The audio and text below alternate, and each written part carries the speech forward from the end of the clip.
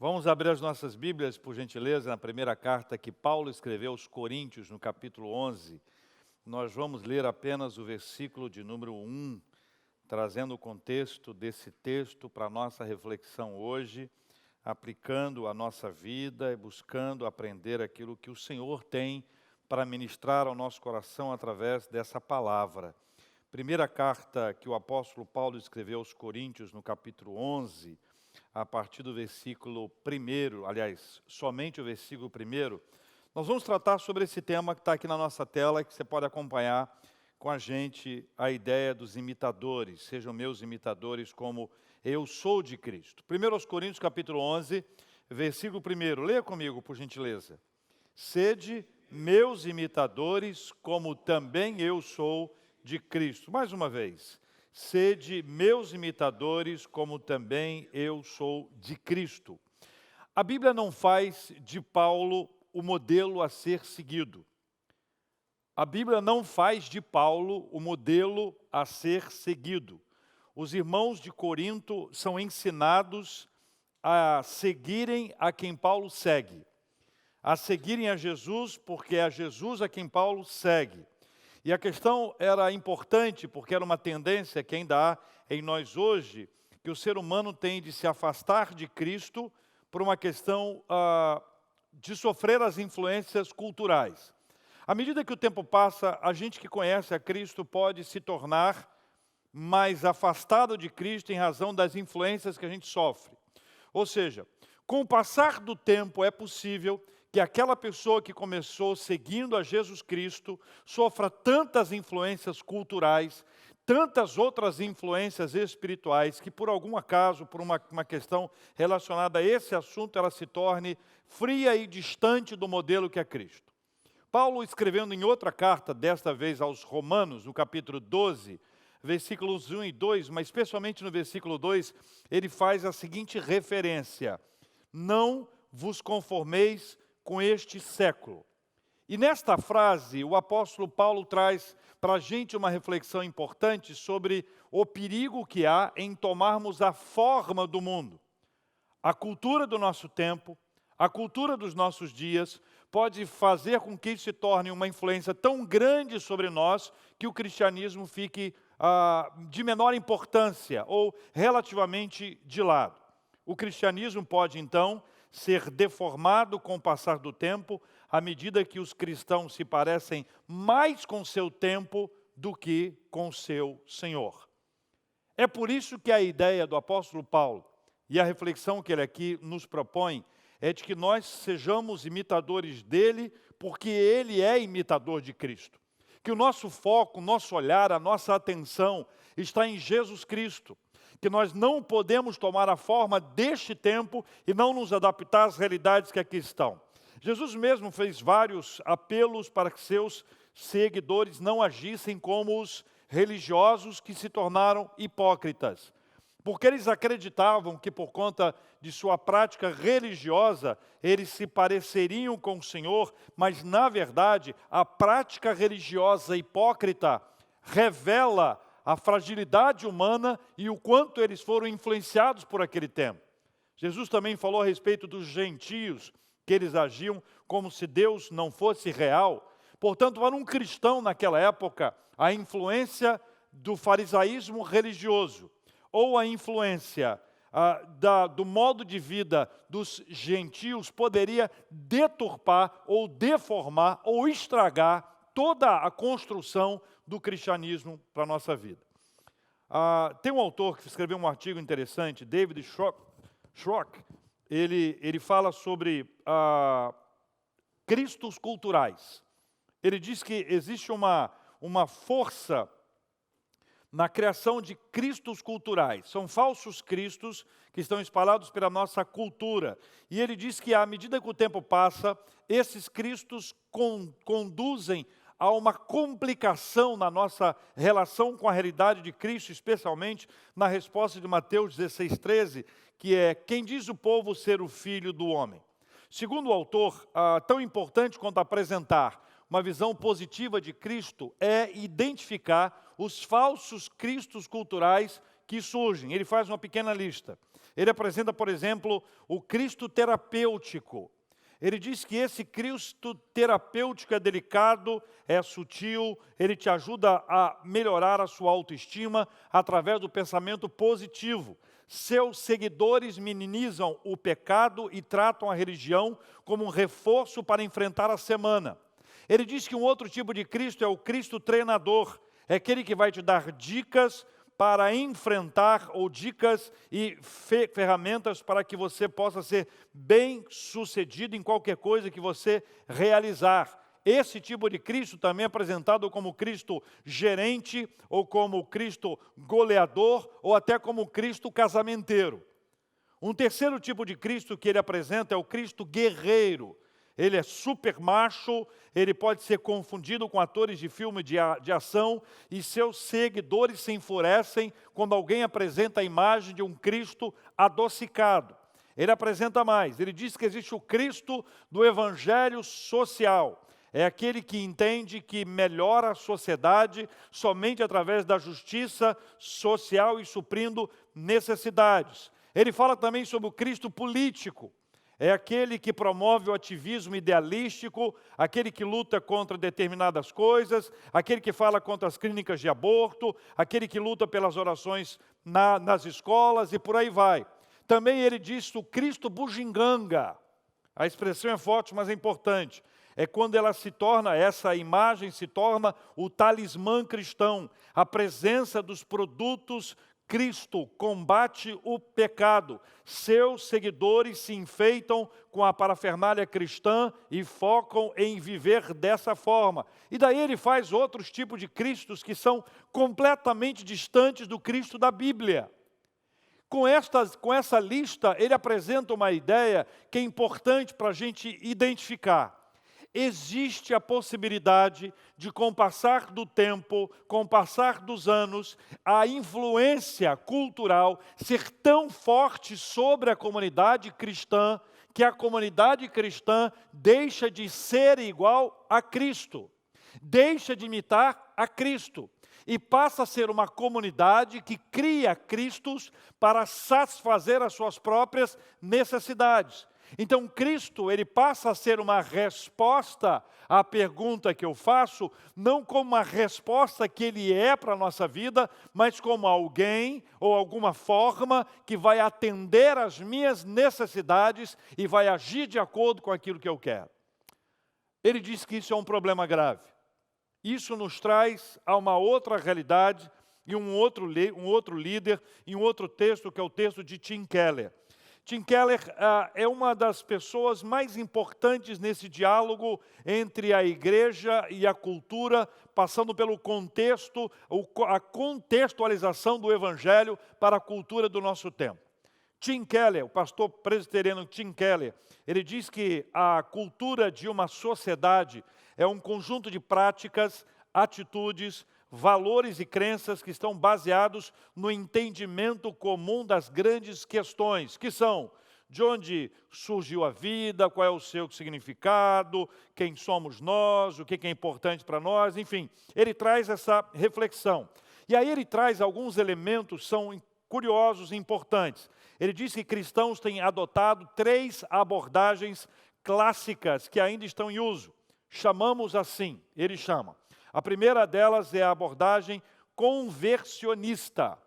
Ele diz, de um lado temos um grupo que acredita que o caminho a seguir para mudar a cultura é mudar o máximo possível de indivíduos através da conversão pessoal. Assim, supostamente, afirma ele, a cultura seria mudada automaticamente. Uma outra abordagem que Keller faz é da política. Ele diz que, do outro lado, houve muitos crentes ao longo dos últimos séculos que pretendiam usar do poder político para estabelecer leis que eram diretamente baseadas na teologia cristã. E o terceiro grupo, ele chama de separatista. A terceira abordagem rejeita qualquer ideia de cristãos tentando influenciar a cultura. Ela afirma que nós deveríamos refletir nossos valores cristãos dentro de nossas igrejas, mas não deveríamos tentar influenciar a sociedade em qualquer aspecto particular. Então, Tim Keller estabelece 3 princípios importantes aqui, que ele, analisando a igreja e o relacionamento com a cultura do nosso tempo, ele diz que existe essa que é a conversionista, a ideia de que o maior número de conversões gerará a mudança da cultura. Existe essa que é a ideia de você trabalhar a questão política, o uso da política com esse objetivo, ou ainda a separatista que nos leva para dentro da nossa comunidade, acreditando que somente estar ali dentro resolve. Essas falas, tanto de um autor quanto de outro, é para nos fazer entender um pouco dessa nossa relação com a cultura e o quanto ela pode influenciar e trazer para nós um entendimento equivocado sobre quem é o Cristo que nós devemos imitar. Escrevendo essa carta, o apóstolo Paulo nos mostra, e lendo os fatos de hoje, como esse texto ele é atual, como ele é importante e como ele deve ser aplicado à nossa vida. Paulo utiliza um verbo grego que significa obedecer a mesma regra que ele obedece. E neste caso, significa copiar, imitar o exemplo do apóstolo, isto é, seguir a quem Paulo segue. Seria algo como, sigam a Cristo a quem eu sigo. Ele usa essa mesma expressão nas cartas aos Efésios, Filipenses e Tessalonicenses, quando ele reforça essa ideia de nós o imitarmos e de imitarmos a Cristo, de seguirmos após Cristo. Paulo teve 2 experiências que são importantes de a gente destacar, que o levam a pensar dessa forma. Uma está lá em Atos dos Apóstolos, capítulo 14, quando, vale a pena a gente até ler, quando ele tem uma oportunidade de pregar o Evangelho, e ao pregar o Evangelho, ele está em Icônio, versículo 1, em Icônio, Paulo e Barnabé entraram juntos na sinagoga judaica e falaram de tal modo que veio a crer grande multidão, tanto de judeus como incrédulos. Aí lá no versículo 4 diz assim, mas dividiu-se o povo da cidade, uns eram pelos judeus, outros eram pelos apóstolos, e aí na sequência eles vão vivendo esse processo de anunciar a palavra que aqui está. Mais adiante no versículo 8 eles chegam a Listra, e em Listra eles encontram este coxo lá no versículo 8, costumava estar assentado certo homem aleijado, paralítico desde o seu nascimento, o qual jamais pudera andar. E eles ordenam ali que ele seja curado. Veja o que diz o versículo 10. Apruma-te direito sobre os pés. E a Bíblia diz que ele saltou e andava. No versículo 11, que é o nosso ponto, diz assim, quando as multidões viram o que Paulo fizera, gritaram em língua licaônica, dizendo, os deuses em forma de homens baixaram até nós. A Barnabé chamaram Júpiter e a Paulo Mercúrio, porque era este o principal portador da palavra. Versículo 13, o sacerdote de Júpiter, cujo templo estava em frente da cidade, trazendo para junto das portas touros e grinaldas, queria sacrificar juntamente com as multidões. Porém, ouvindo isso, os apóstolos Barnabé e Paulo, rasgando as suas vestes, saltaram para o meio da multidão, clamando. Leia comigo o versículo 15. Senhores, por que fazeis isto? Nós também somos homens como vós, sujeitos aos mesmos sentimentos, e vos anunciamos o Evangelho, para que dessas coisas vãs vos convertais ao Deus vivo, que fez o céu, a terra, o mar e tudo que há neles. Aí Paulo continua trazendo a sua fala sobre esse assunto.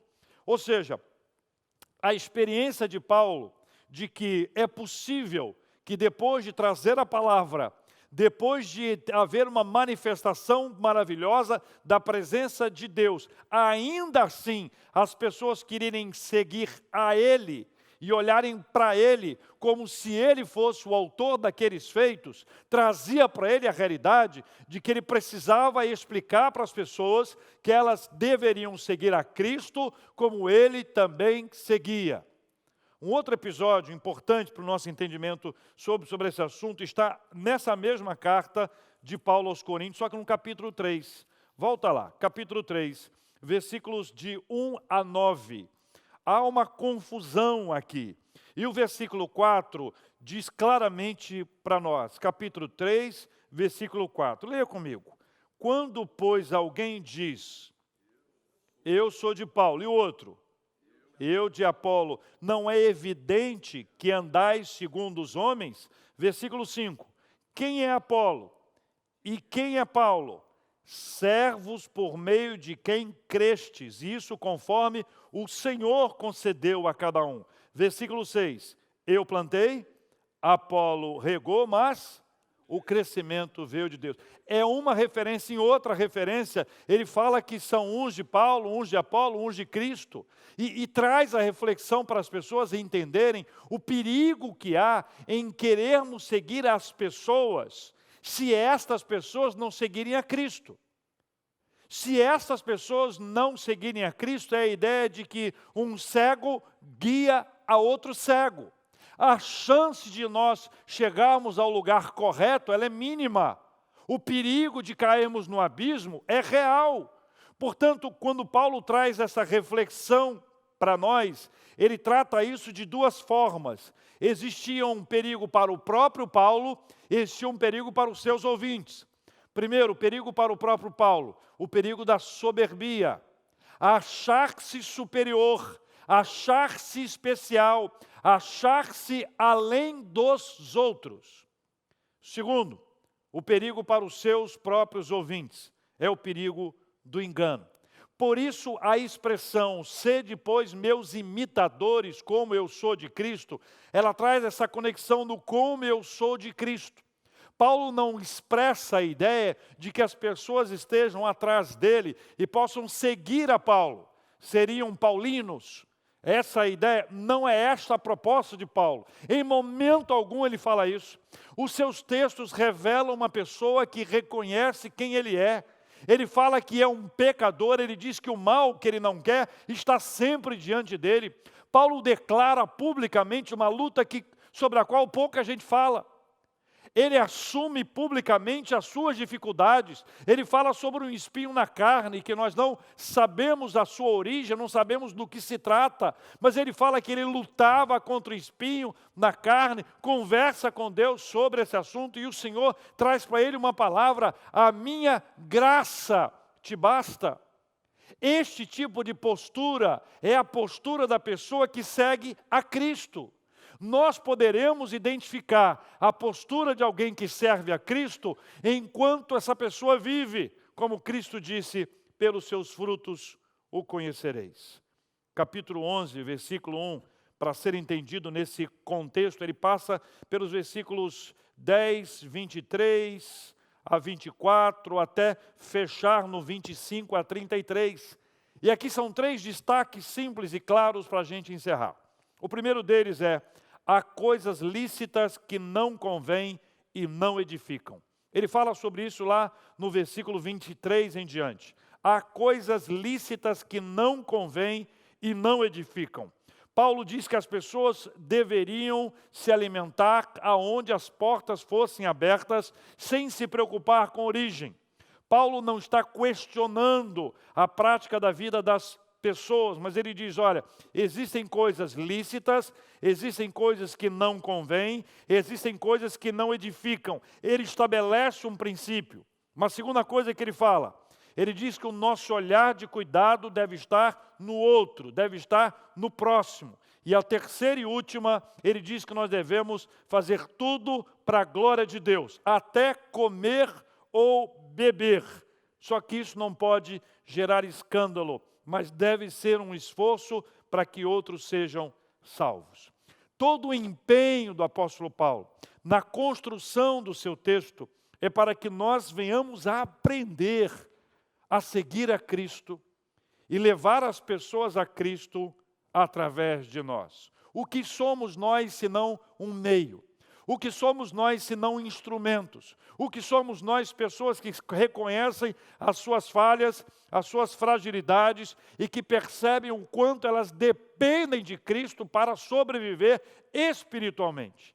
Sejam, pois, meus imitadores como eu sou de Cristo. A reflexão que surge para nós agora é: a quem nós estamos seguindo? A quem nós estamos seguindo? Ou mais especificamente, a quem você segue? Podemos ter vários autores, podemos ter pessoas de grande influência na nossa vida, mas estas pessoas devem nos levar a Cristo. Quando nós não levamos ninguém a Cristo, é porque nos falta esse entendimento de que nós somos apenas meio para que as pessoas alcancem a Cristo.